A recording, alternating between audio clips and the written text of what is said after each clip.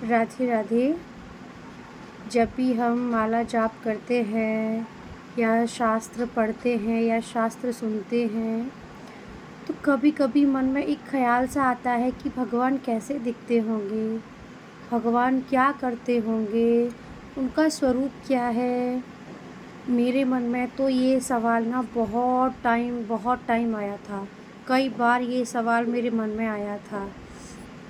तो चलिए जानते हैं कि शास्त्र के अकॉर्डिंग कि हमारे भगवान कैसे दिखते हैं, उनका स्वभाव क्या है, वो क्या करते हैं। तो श्रीमद् भागवतम का प्रथम श्लोक है जिसमें भगवान के स्वभाव का, भगवान के स्वरूप का वर्णन किया गया है कि हमारे भगवान दिखते कैसे हैं। तो पहला श्लोक है सच्चिदानंद रूपाय विश्वोत्पत्त्यादिहेतवे तापत्रय विनाशाय श्री कृष्णाय वयम नमः।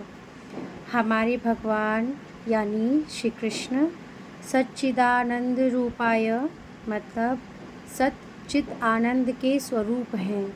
ये हमारे ठाकुर जी का स्वरूप है जो कि सत यानी कि सत्य है, चित यानी कि परिवर्तनशील नहीं है, आनंद यानी कि आनंद देने वाले हैं, आनंद प्रदान करने वाले हैं। भगवान श्री कृष्ण को हम नमस्कार करते हैं। ये हो गया हमारे ठाकुर जी का स्वरूप। अभी वो करते क्या हैं तो देखिए, जो जगत की उत्पत्ति, स्थिति और विनाश के हेतु हैं, यानी कि वो जगत की उत्पत्ति भी करते हैं, उसका पालन पोषण भी करते हैं और विनाश के हेतु यानी कि समय आने पर वो प्रलय भी लाते हैं।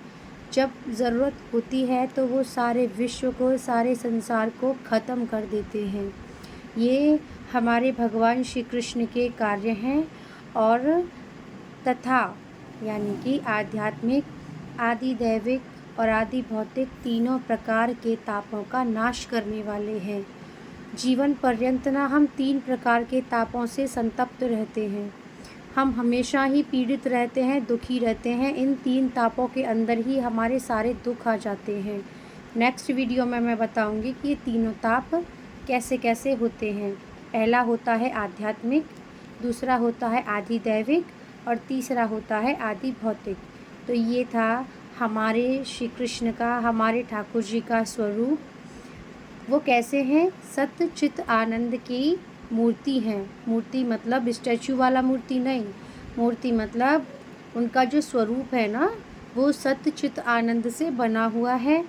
वो जगत की उत्पत्ति, पालन और संहार करते हैं और वो तीनों तापों का नाश करने वाले हैं, आध्यात्मिक, आदि दैविक और आदि भौतिक। ऐसे दिखते हैं हमारे ठाकुर जी, हमारे श्री कृष्ण। जय श्री राधे।